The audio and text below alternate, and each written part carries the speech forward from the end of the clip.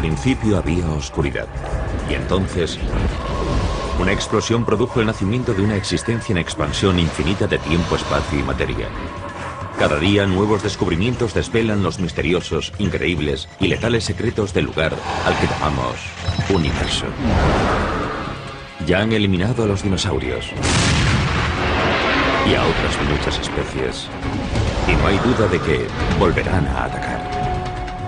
Sería un desastre de proporciones más que bíblicas.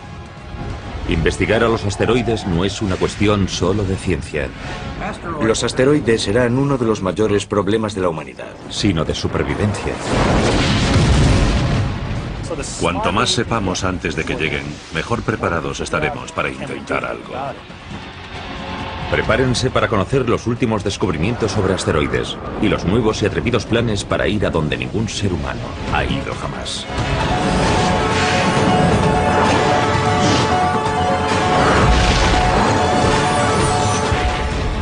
El universo. Ataque de asteroides. Es el año 2029. Y un asteroide al que los científicos siguen desde hace décadas pasa cerca de la Tierra. La anchura del asteroide ronda los 3 campos de fútbol. Se llama Apophis, por el antiguo dios egipcio de la destrucción. Según las últimas predicciones, Apophis no impactará contra la Tierra en 2029. Pero a su paso por una zona de espacio próxima, pero aparentemente indeterminada, la comunidad científica mundial está en alerta máxima. Los astrónomos han delimitado una zona muy pequeña de espacio. Y si a Apophis se le ocurre pasar por esa zona, se producirá la colisión con la Tierra en 2036. Y esta zona tan pequeña de unos 750 metros de largo y menos de 50 de ancho se denomina el ojo de la cerradura. Un equipo internacional de agencias espaciales lanza un cohete para encargarse de Apophis. No hay que volarlo con una bomba nuclear. Primero, porque para eso haría falta mucha energía y porque se crearía una enorme cantidad de fragmentos que saldrían en dirección a la Tierra. Lo deseable es darle un pequeño empujoncito que cambie ligeramente su trayectoria y así no tendremos una colisión. Pero es posible que esa roca espacial de 30 millones de toneladas sea simplemente demasiado enorme. La colisión no desvía lo suficiente el asteroide de su rumbo. El impacto de 2036 es miles de veces más potente que la bomba atómica arrojada sobre Hiroshima. El cráter inmediato es tan grande como la isla de Manhattan. Crearía un cráter de más de 3 kilómetros de ancho. Si Apophis impactase contra una ciudad, adiós a esa ciudad y a sus alrededores en 150 kilómetros. La onda expansiva, la explosión, los vientos, el material eyectado y el enorme terremoto que se produciría, se expandirían y se sentirían en una zona enorme. Cuando se descubrió a Apophis en 2004, las probabilidades iniciales de un impacto eran de 1 entre 37. Pero esas posibilidades han descendido con el paso de los años, a medida que los científicos han conseguido una perspectiva mejor de su trayectoria. Comparemos el proceso de determinación de la órbita del asteroide y la predicción de huracanes. Cuando un huracán nace, no sabemos exactamente a dónde irá. Vamos obteniendo datos y 1 o 2 semanas después ajustamos nuestras predicciones. Pues más o menos lo mismo ocurre con asteroides y cometas. Cuantas más observaciones hacemos a lo largo del tiempo, mejor sabemos dónde estará el objeto en el futuro. Por eso hoy las posibilidades de impacto sobre la Tierra, de solo 1 entre 250.000, son mucho más reducidas que la predicción original de 1 entre 37. Pero incluso aunque Apophis no impacte contra la Tierra, no hay duda de que al final lo hará otro objeto. Es un desastre que las agencias espaciales se toman muy en serio. En julio de 2010, un grupo de asesoramiento de la NASA recomendó la creación de una oficina de defensa planetaria para estudiar cómo detectar y desviar a un asteroide que viniese en nuestra dirección. Sabemos con certeza que un asteroide impactará contra la Tierra en los próximos 10.000 años. Uno grande. Y la pregunta es cuándo ocurrirá y si estaremos preparados para cuando eso suceda. Un parque de atracciones junto al mar es un lugar inverosímil para demostrar la velocidad a la que asteroides y cometas se desplazan por nuestra esquina de universo. Pero una atracción de este parque revela en realidad muchas cosas sobre estos objetos letales. Nuestro sistema solar es como una galería de tiro. Asteroides y cometas impactan de vez en cuando contra planetas y lunas, creando gigantescos cráteres de impacto. Los objetos más grandes presentan un perfil más grande, de modo que es más fácil alcanzarlos. En este caso, tengo que alcanzar estas dianas, que son todas más o menos del mismo tamaño. Pero imagínense que ese hombre es Júpiter.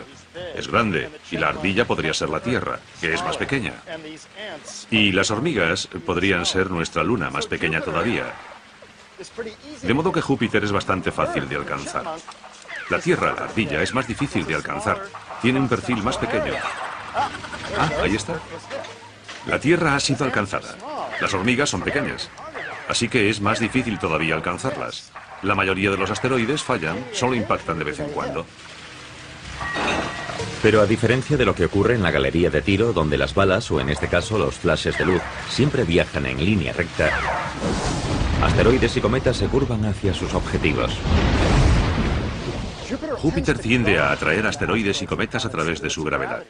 Así que es como si yo empezase con el punto de mira desviado hacia afuera y Júpiter tirase del cañón del rifle hacia él para que mi disparo dé en el blanco.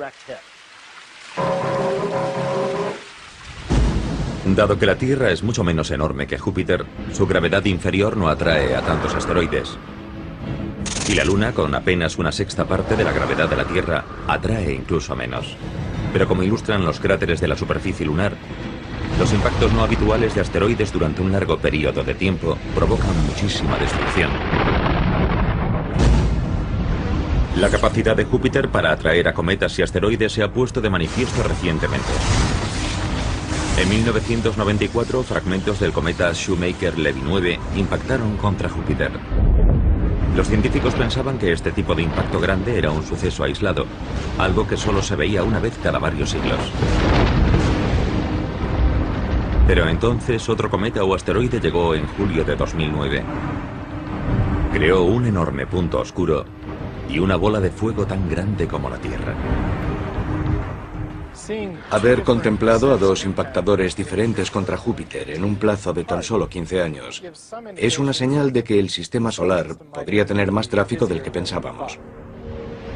Y entonces, en junio de 2010, un tercer objeto impactó contra Júpiter y un astrónomo aficionado captó el momento del impacto.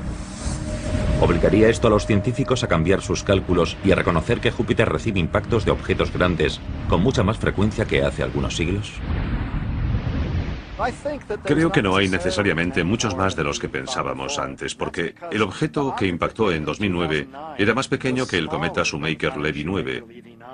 Y hay muchísimos más objetos pequeños volando por ahí que objetos grandes.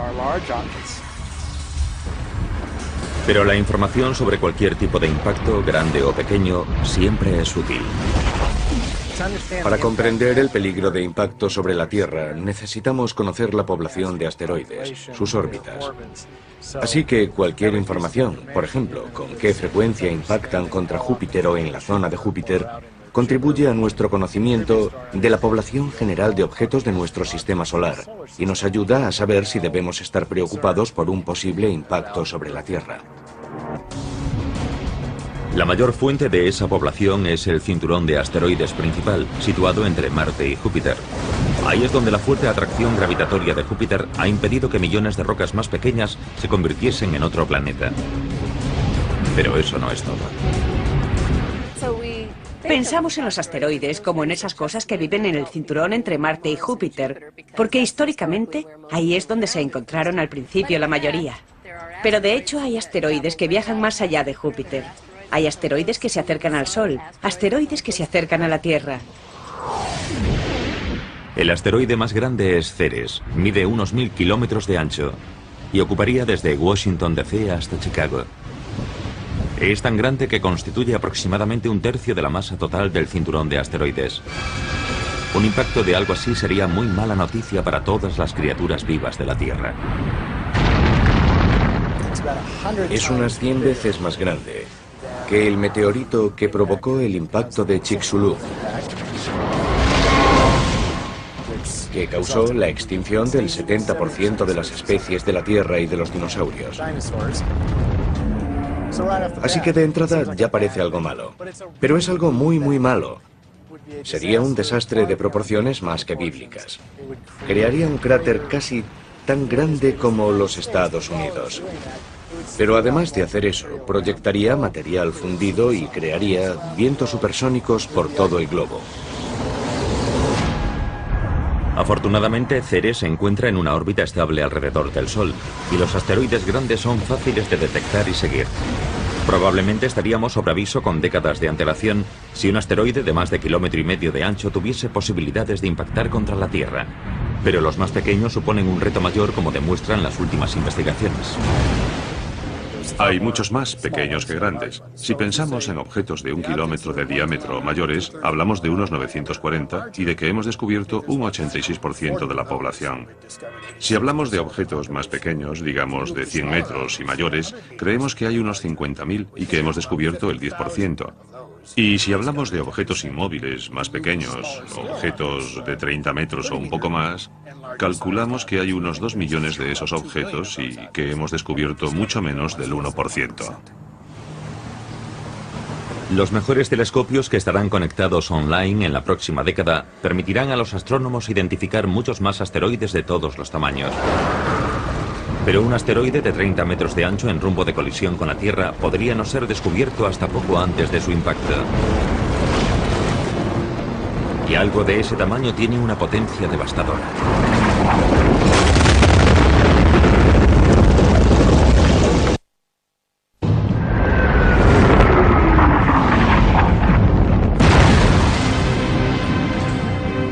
La Tierra está plagada de pruebas de pasadas colisiones con asteroides.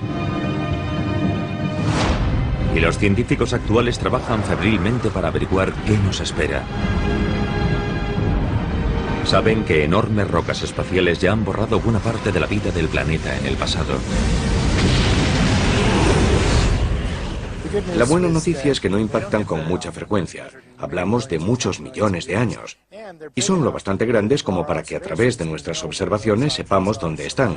De modo que el aviso llegará con mucho tiempo. El mayor peligro viene de los objetos más pequeños. Son más habituales y más difíciles de encontrar. Imaginemos que uno de estos asteroides más pequeños se dirige hacia una ciudad. Puede que no la descubramos hasta tan solo unas horas antes del impacto, lo que dejaría poco tiempo para la evacuación y ninguna posibilidad de intentar su desvío en el espacio. Si mide unos 30 metros de ancho en el momento del impacto, chocará con la energía de una explosión nuclear de 5 megatones. 400 veces más potente que la bomba atómica arrojada sobre Hiroshima. En el momento del impacto contra la Tierra puede causar muchos daños, porque el cráter que se crea normalmente tiene 10 o 20 veces la anchura del objeto impactador. Así que hablamos de unos 300 o 500 metros, y varios kilómetros a la redonda del impacto se verían afectadas por los escombros que saldrían eyectados. Volarían un montón de cosas sobre nosotros.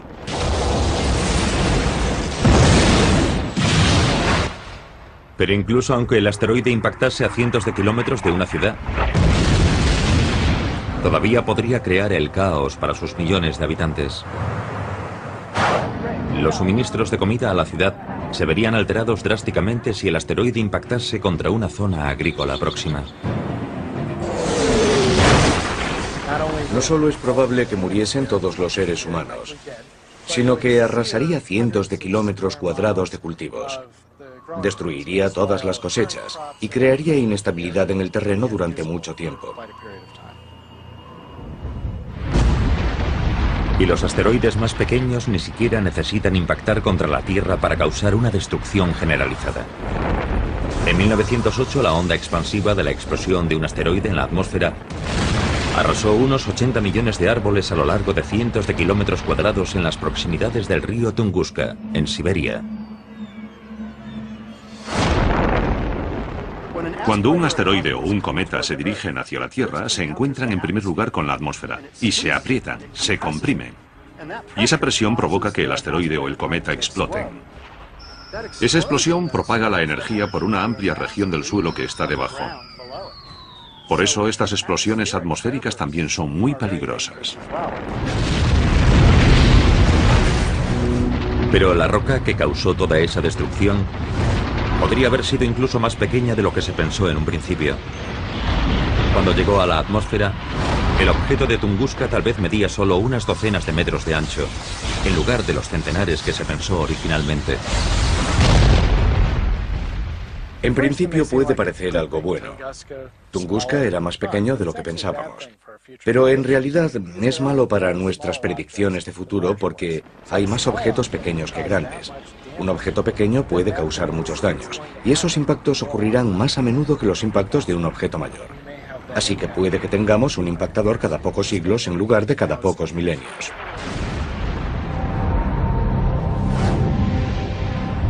En el extremo inferior de la escala, por debajo de los 30 metros, las rocas espaciales a menudo son conocidas como meteoroides, en lugar de asteroides.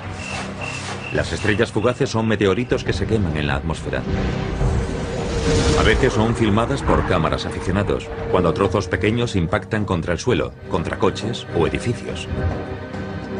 De hecho, la atmósfera de la Tierra recibe la visita de objetos del espacio exterior con mucha más frecuencia de lo que nos imaginamos.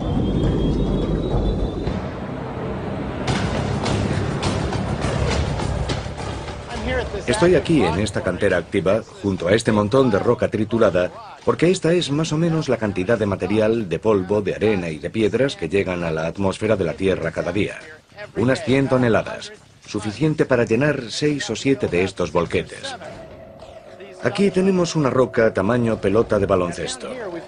De media, unas 2 de estas impactan contra la atmósfera de la Tierra cada día. Después está el objeto tamaño coche pequeño.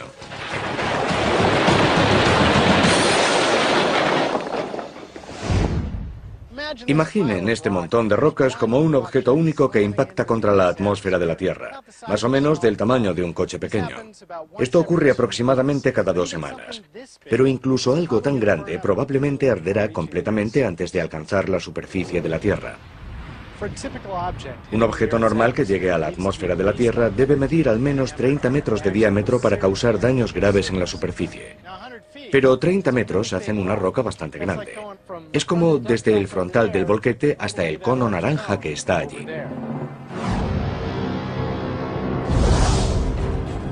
En el otro extremo del espectro está el cráter de impacto confirmado más grande de la Tierra, situado en Bradford, Sudáfrica. Su diámetro es de casi 300 kilómetros.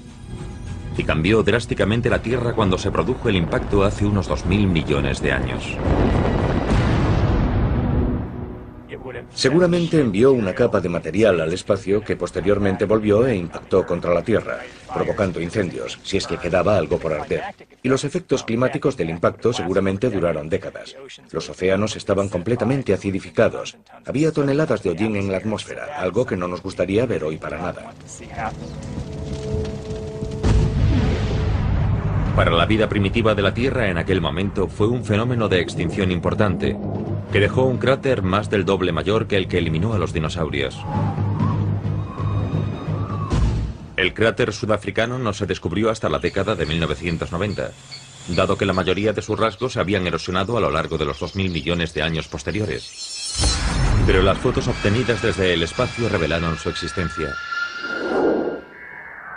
Una región montañosa en el centro del cráter hizo pensar inicialmente a los científicos que había habido actividad volcánica en la zona. Pero en realidad es lo que se conoce como pico de rebote central, un rasgo característico de los cráteres que miden 150 kilómetros de ancho o más. A medida que aumentamos de tamaño, la energía del impactador es tan alta que cuando entra, la roca básicamente actúa como si no tuviese fuerza. Y lo que tenemos es algo muy parecido a lo que ocurre cuando arrojamos una piedra al agua. Vemos el pico del rebote, cuando el agua baja y vuelve a subir.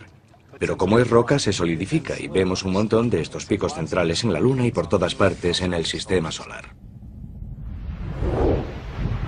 Pero hay otros asteroides grandes que han impactado mucho más recientemente. Incluso más que el asteroide que mató a los dinosaurios hace 65 millones de años.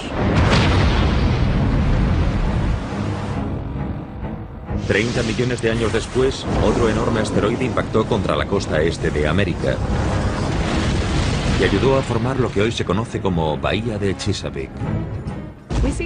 Vemos restos que son prueba de ese impacto por todo el litoral oriental, hasta Nueva Jersey y Nueva York por el norte, y similares en el sur.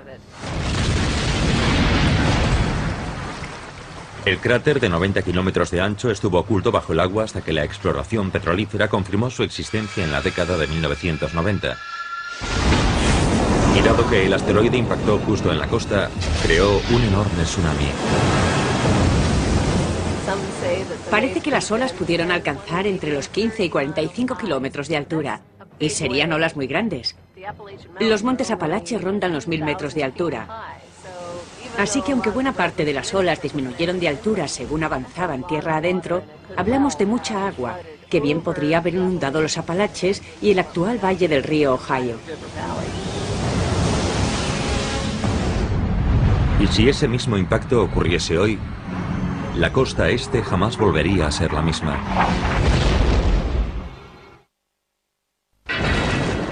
El ataque de un asteroide tiene poder para matar en el acto a millones de personas. Los mayores impactos pueden causar incluso catástrofes globales y amenazar la propia existencia de la humanidad. Por eso el estudio de los asteroides es una de las máximas prioridades de la ciencia. Hace 35 millones de años, un enorme asteroide impactó contra la costa este de América. El cráter de 90 kilómetros de ancho estuvo oculto hasta hace muy poco bajo la bahía de Chesapeake. Sus efectos fueron devastadores. Pero, ¿qué pasaría si se produjese ese mismo impacto hoy? Borraría toda la costa este, básicamente por medio de una combinación de tsunamis, ondas expansivas y efectos térmicos. Además, proyectaría enormes cantidades de material de eyección que se propagaría a grandes distancias y provocaría incendios forestales. Millones de personas morirían en el acto o poco después del impacto, pero las consecuencias irían mucho más allá, debido a la desorganización que reinaría en toda la región en cuanto a cultivos, comunicaciones, etc. Evidentemente, el centro de nuestro gobierno está en la costa este. Pero según apuntan los fósiles descubiertos recientemente, el asteroide de 1,5 kilómetros de ancho de la bahía de Chesapeake no parece haber tenido los mismos efectos globales que las extinciones masivas provocadas por el asteroide de 10 kilómetros que mató a los dinosaurios. El impacto que creó la estructura de la bahía de Chesapeake hace más de 30 millones de años fue enorme, pero tenía solo una pequeña parte de la energía liberada durante el impacto del Yucatán hace 65 millones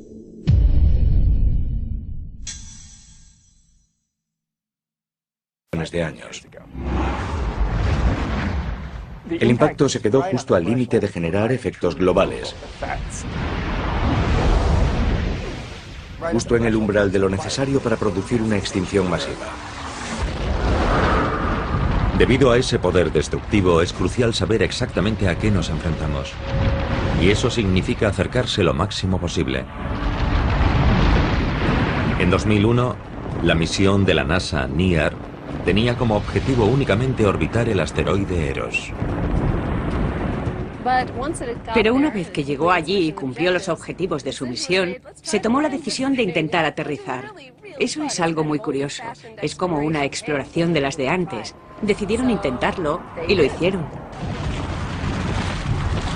Las imágenes de la aproximación y aterrizaje ofrecieron a los científicos una perspectiva mucho más detallada de la superficie de un asteroide de la que habían disfrutado hasta entonces, con algunos resultados inesperados. Una de las sorpresas que nos llevamos observando estos cuerpos pequeños es que tienen geología. Tenía rasgos tectónicos y parecía que se habían producido corrimientos y fenómenos de erosión en su superficie, y había cráteres de impacto y piedras grandes por todas partes. Imaginemos que un asteroide pequeño impacta contra uno mayor, se estrella contra él, levanta un montón de escombros que después se asientan lentamente, y esos escombros quedan esparcidos por toda la superficie. La nave espacial NIAR incluso transmitió desde la superficie información a la Tierra durante 2 semanas. Pero ha perdido la conexión por radio con la Tierra, así que se quedará allí en silencio durante millones de años. El explorador de asteroides Hayabusa de la Agencia de Exploración Aeroespacial Japonesa ha superado recientemente a NIAR. Es la primera nave espacial que ha conseguido aterrizar en un asteroide y regresar a la Tierra. Llegó en junio de 2010, tras un viaje de ida y vuelta de 6.500 millones de kilómetros. Como estaba planeado, la mayoría de la nave espacial se quemó en la atmósfera de la Tierra, pero la cápsula de muestras aterrizó con éxito en el rural australiano. Incluso hoy, todavía no está claro si hay muestras diminutas presentes. El minucioso examen de la cápsula continúa. Es un proceso largo, pero el equipo es optimista. Creen que extraeremos grandes datos de las primeras muestras de asteroide que han llegado a la Tierra. Para un geoquímico, un par de microgramos de material es suficiente para hacer un análisis detallado de composición química y mineralogía. Antes incluso de que regresase Hayabusa, ya estaba en marcha otra misión a un asteroide. 3, 2, 1, ignición y despegue. Tras su lanzamiento en 2007, la nave espacial Dawn o Amanecer de la NASA va camino de 2 de los asteroides más grandes del cinturón de asteroides que se encuentra entre Marte y Júpiter. Dawn llegará a Vesta, de 515 kilómetros de ancho, en 2011. Lo orbitará durante un año y después llegará a Ceres, de 1000 kilómetros de ancho, en 2015. No podríamos encontrar 2 asteroides más diferentes entre sí. Ceres creemos que es relativamente húmedo, tal vez tenga hielo bajo la superficie. Y el otro, Vesta, creemos que es lo contrario. No tiene minerales hidratados de ningún tipo ni hielo. Toda su vida ha estado tan caliente que se cree que está formado por capas. Una capa superficial, un manto y un núcleo, más o menos como la Tierra. Todas estas misiones revelan que los asteroides están formados por una variedad de materiales mucho más amplia de lo que pensábamos en un primer momento. En los asteroides hay una enorme variedad. Algunos son ricos en hierro o en níquel, como esta pesa de hierro. Otros son muy similares a esta roca terrestre. Son de piedra, rocosos. Y otros son una combinación entre los de hierro y los de piedra. También tenemos cosas exóticas, como montones de escombros que son como si tuviésemos un puñado de grava, pero que se ha unido debido a la gravedad en una especie de asteroide grande. También tenemos excometas. Estos se han deshecho de todo su hielo y solo queda un material de grano fino que se agrupa en una bola porosa, casi esponjosa. Pero los asteroides nos sorprenden en otras cosas, además de en su composición. La misión Galileo, camino de Júpiter, pasó por un asteroide llamado Ida y descubrió que tenía una luna pequeñita llamada Dáctil. Esto fue una gran sorpresa, y ahora hemos descubierto que no se trata de un incidente aislado. Los asteroides tienen sus propias lunas, a veces varias lunas. Estamos aprendiendo además que muchos asteroides viajan en parejas o incluso de 3 en 3. Y eso supone un nuevo campo de observaciones y de aspectos nuevos que debemos comprender. Saber cómo se agrupan los asteroides y de qué están hechos es algo que va más allá del interés científico. Imagínense que en el futuro un asteroide enorme, letal, se dirige a toda velocidad hacia la Tierra. Hay que desviarlo para que la humanidad sobreviva. Pero si no sabemos exactamente de qué está hecho el asteroide, los esfuerzos para salvar el planeta podrían volverse contra nosotros.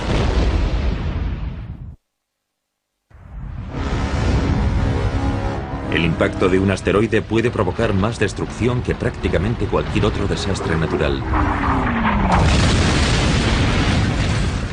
Pero es también uno de los pocos ejemplos de la furia de la naturaleza que tal vez podamos evitar.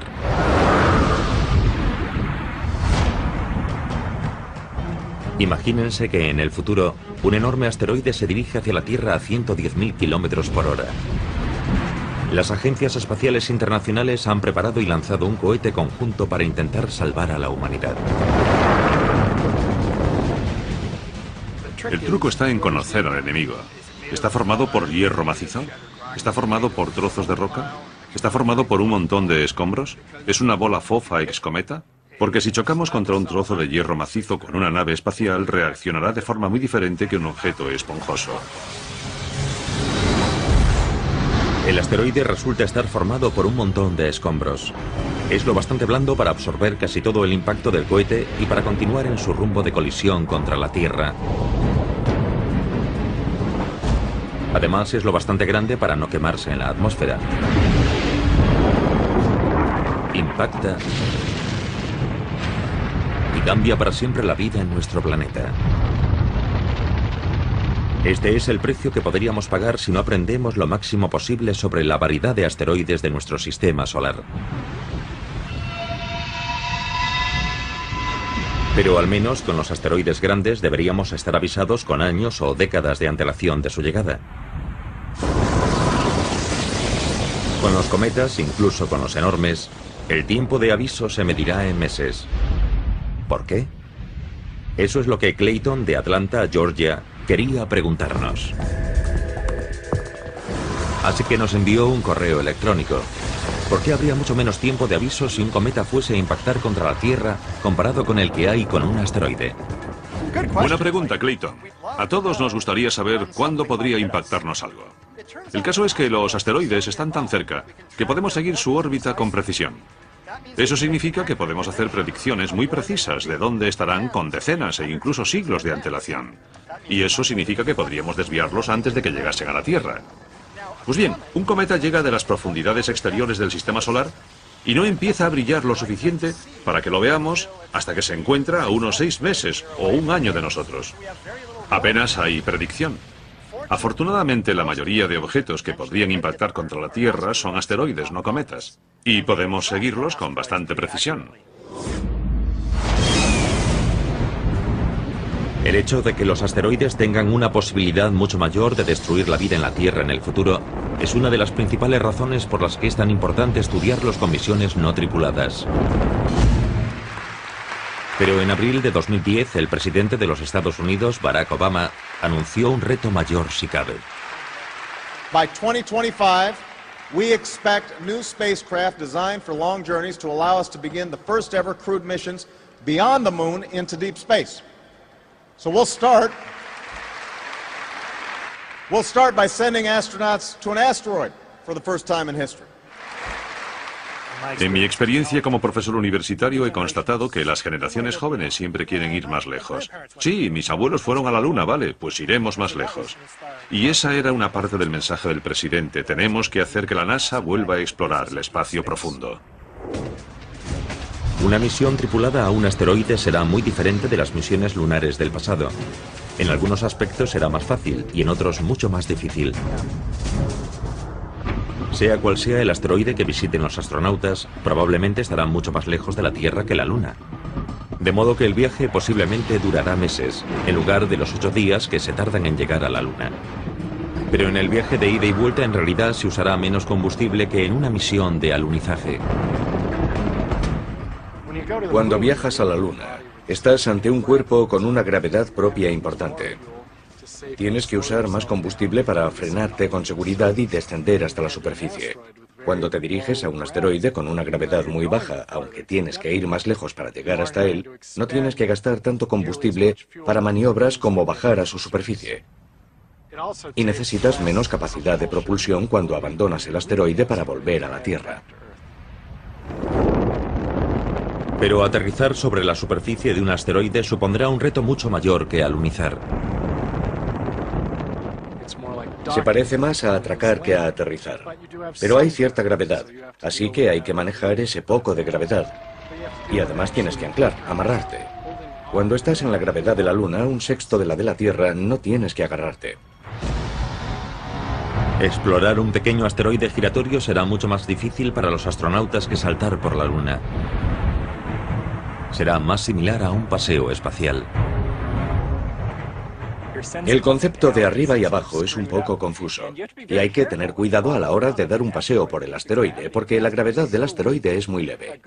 Un buen salto puede ponerte en órbita alrededor del mismo, o incluso lanzarte a velocidad de escape y que salgas despedido del asteroide completamente.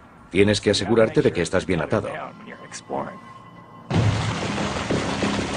Pero dado que los rovers ya han demostrado su eficacia en la exploración de otros mundos, ¿hay alguna razón de peso para enviar astronautas a un asteroide? Los astronautas, los exploradores, las personas interesadas en el espacio, todos quieren ver cómo es en persona a través del ojo humano, y ese día se acerca. Los robots pueden hacer muchas cosas, y ya las han hecho en la exploración espacial, pero no hay mejor geólogo que un ser humano. Ser geólogo y explorar un asteroide, ser capaz de reconocer la historia de una región en particular, observar tipos familiares de formaciones geológicas, todo eso son cosas que quieres hacer. Quieres tomar muestras de una roca, no de la que está al lado. Los asteroides también son importantes por los recursos que podrían contener. Año 2050. Una tripulación de astronautas acaba de aterrizar con su nave espacial sobre un asteroide. No han venido para explorar. Solo es una parada en boxes. Pero ¿qué tipo de recursos valiosos podría haber en este pequeño mundo rocoso?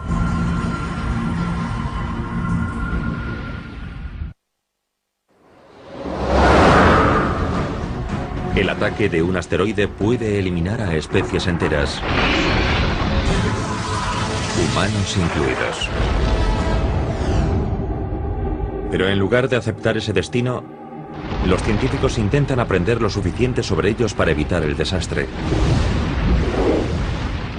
Y los asteroides que no se dirigen hacia la Tierra podrían acabar siendo incluso útiles. Una de las razones para visitar asteroides y estudiarlos es que podrían contener recursos que podrían ser útiles para futuros exploradores humanos. Y entre los más importantes está el hielo, el agua. Necesitaremos el hielo para vivir y poder beberlo y usarlo en un sentido práctico. Año 2050. Una tripulación que viaja camino de Marte se ha detenido en un asteroide para repostar agua y otros suministros. El oxígeno del agua puede separarse para rellenar los tanques que permiten respirar a la tripulación. Pero esta estación de servicio rocosa tiene más cosas todavía que ofrecer. En un futuro podremos llegar a esos asteroides, descomponer el agua y usar el hidrógeno y el oxígeno como combustible para llevar a las naves espaciales más lejos todavía. E incluso podría haber materiales valiosos que llevar de vuelta a la Tierra. Elementos tan raros y vitales para el avance tecnológico que podrían ser causa de guerras futuras. Algunos asteroides tienen platino y titanio y elementos terrestres raros que son importantes en muchos aspectos de la electrónica. Se denominan raros porque escasean en la Tierra y puede que no escaseen en algunos tipos de asteroides. Pero la razón más importante para investigar a los asteroides sigue siendo su capacidad para matar en el acto a millones de personas o para borrar a la raza humana de un plumazo.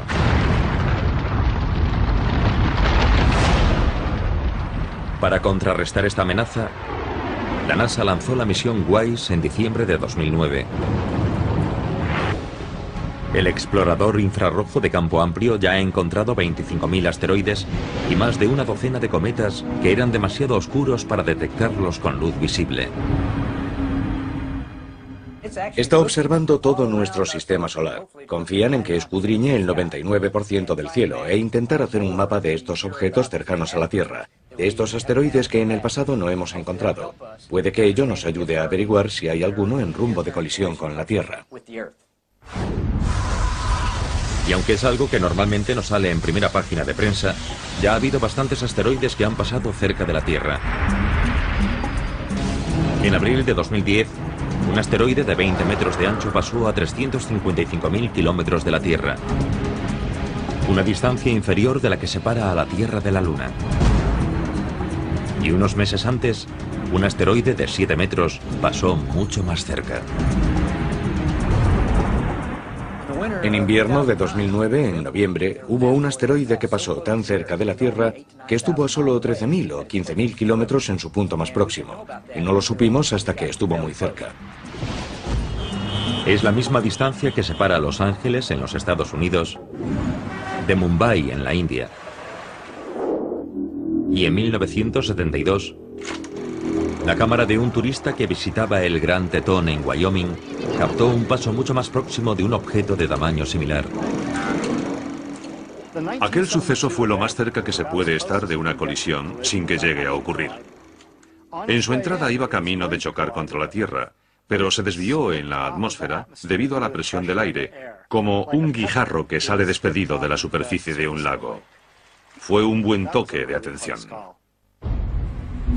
Y entonces, en octubre de 2008, se produjo un impacto pequeño y aparentemente inofensivo en un confín remoto de Sudán, en África, pero que representó un gigantesco paso adelante para la ciencia de la predicción de los impactos de asteroides. Se descubrió un asteroide pequeño y se predijo que aterrizaría en Sudán al día siguiente, y lo hizo. Se trata del primer caso en el que se descubre un objeto y se predice que aterrizará en un lugar y un momento concreto. Y de hecho, posteriormente se encontrarían fragmentos de ese objeto en el desierto. Pero ese fue tan solo un pequeño impacto con un día de aviso. Hoy sigue debatiéndose sobre si podremos identificar y desviar algo capaz de infligir daños catastróficos a la Tierra. Los científicos creen que todavía hay millones de asteroides sin identificar ahí fuera, capaces de destruir una ciudad o algo peor. ¿Serán capaces de averiguar cuáles se cruzarán en nuestro camino? ¿Y seremos capaces de evitar que se estrellen contra la Tierra? Las apuestas no podrían estar más altas. Cada nuevo descubrimiento en el mundo de los asteroides no es solo un avance científico, sino una oportunidad de aumentar las posibilidades de supervivencia de la raza humana.